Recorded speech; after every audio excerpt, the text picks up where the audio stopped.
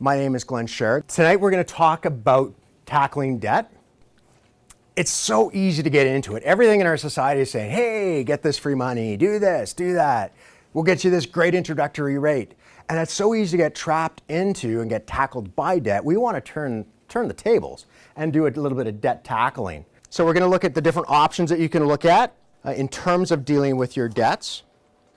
Each option has pros and cons to it, so we're going to look at those. So here's just a list of your debts, your strategies. The first one we call Power Pay, or on our website we call it Roll Down Your Debt. We actually have a calculator on our website that I'll introduce you to in a minute. This is the basic strategy of whatever debts you have, figuring out a strategy to pay them down intelligently. Selling assets can actually reduce the amount that you have in debt. We'll look at that as an option. We'll also talk about if it's secured, like if you have a car loan and you sell your car because you just can't handle the payments. We can talk briefly about that option.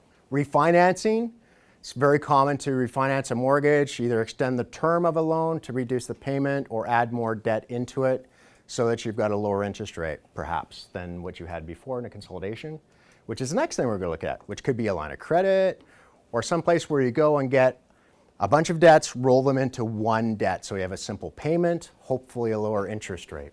Borrowing from friends or family, again, this is a way to reduce the amount of debt that you owe somebody who's not so friendly. So family and friends can be friendlier, but it can also, there's some pros and cons to that as well. Negotiate with creditors, lump sum payments we'll talk about briefly. These are all things you can do on your own. There's 3 legally aided options. Orderly payment of debt is our program. We'll talk a little bit about that. A consumer proposal and a bankruptcy offer through bankruptcy trustees. 2 things I want to introduce you to before we go any further. One is a credit card statement and the concept of minimum payments. If you look up here, you'll see a balance, a minimum payment that's due on a particular day. Anybody look at the bottom of their credit card statement into this little box here? Does anybody know what that little box is? The government ordered that recently. What it does, it tells you if you make the minimum payment on that debt, how long will it take me to be debt-free, assuming I didn't take out any more. In this case, paying $166 on $6,500 worth of debt will take you 51 and a half years to get debt-free. If you take a look at that, you'd pay $12,000 in interest on a $6,500 debt. Triple your original purchases if you make your minimum payments. The other thing I want to talk about is a spending plan. A spending plan will help you pay off your debts. There's a number of things and it will help you achieve your future goals. So in finding cash, there's a number of things that we tell our clients they can do. You can increase your income or decrease your expenses. That's part of the budget again. Part-time work, garage sale, selling some assets, selling unsecured assets, renting a spare room. $500 a month for renting a room can make a huge difference in somebody's position. Other things you can look at in reducing your expenses. Power paying debts. This is the basic strategy in terms of how to pay off your creditors. So what we want to do is make a list of all the people you owe, how much you owe each of them, what your monthly payment is, minimum, right? The minimum, because the minimum payment keeps people happy, and I'll explain why that's important in a minute. The interest rate that you're paying on each of those. These are critical things. If you want for fun, you can figure out the length of time to pay it off, when would you like to pay it off, set some goals, and payments required to get there. So there's a couple of things that people talk about. Which debt do you choose once you've got them listed? I always like to suggest the highest interest rate. Here's why. I'm a finance guy. I hate to spend money I don't have to spend. If I'm borrowing $1 from this guy and $1 from this guy, say MasterCard and Visa, and the MasterCard is charging me 10% and the Visa is charging me 25%, which one would I rather pay back first? This one, exactly. The guy that's charging me more. Why would I want to pay $1.25 for $1 when I can get away with paying for $1.05? So that's the one that will always save you the more interest, the more money. Some people will say, you know, this one's only $500 or $300 or $200. I can do that in a month. And it may be your lowest interest rate and you just feel better for getting one paid off. That's okay. You may not save as much in interest, but you feel better. And this is a behavior. This is how you feel about getting things done. It's really important to be able to knock things off your to-do list. Or related to that, pick the one that bothers you the most. So the premise of it is that we've got a list of the balances, the interest rates, and the payments, the minimum payments. This guy's only got 2 credit cards, At the bottom, you see it's a total of $7,000, averaging 18.10%, minimum payment of $280. If he makes that minimum payment, 11 years, 8 months is how long it's going to take him to pay it off. This person managed to find $25 extra to put against their debt.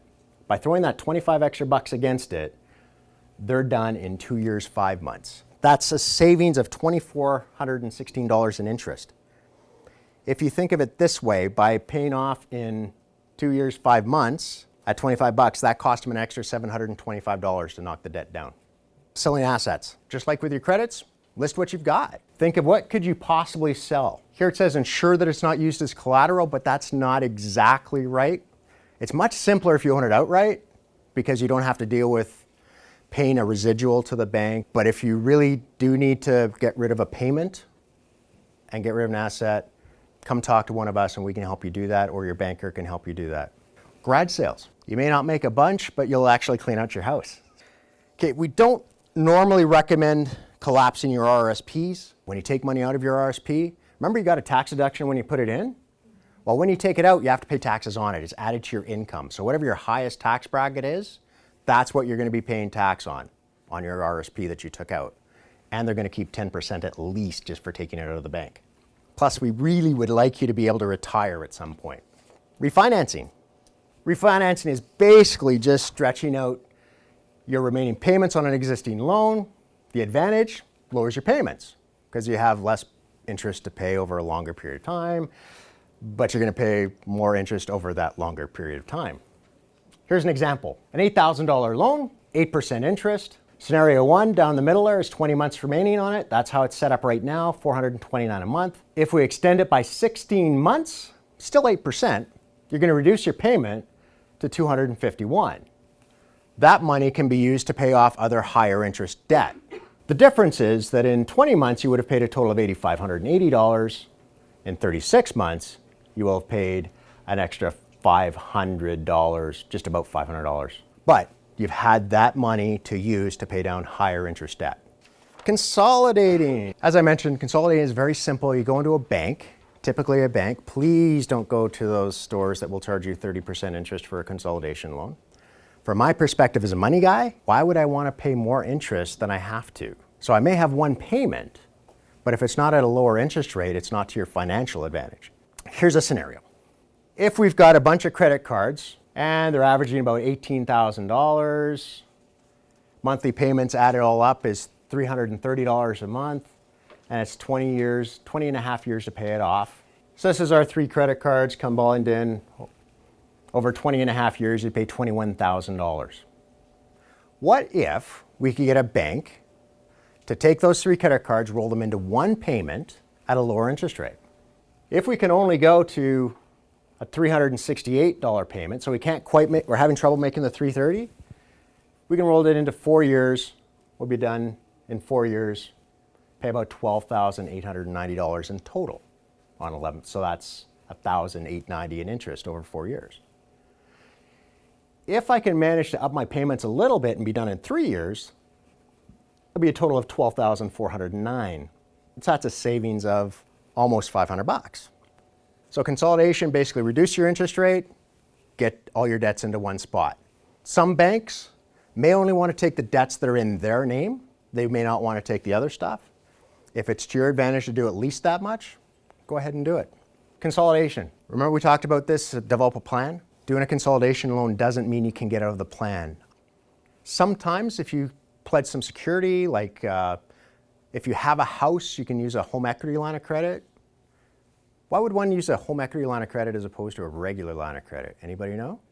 The reason why is when there's some security involved, the bank has something that they can take back. So they're willing to charge you a little less interest because they have something that's guaranteed. But a regular line of credit, if it's not secured to something, you'll be paying a higher interest rate. Interest rates are just a reflection of the creditor's perspective of risk. We talked about the floating line of credit. You only have to pay the interest, the minimum payment, which is interest. But if you only pay your interest, it's going to last forever and ever. At some point, you need to pay down the principal. And last suggestion is kind of a bonus if you can do it. Relating to your credit report, the longer you have a relationship with a creditor, like a credit card, the better that reflects on your credit rating, so long as it's a good relationship. But if you can keep open, you don't necessarily have to use it, but keep open a long-standing credit card, that can help your credit rating. Family and friends sounds like a really easy plan, but this can be actually very convoluted because it's about relationships and people.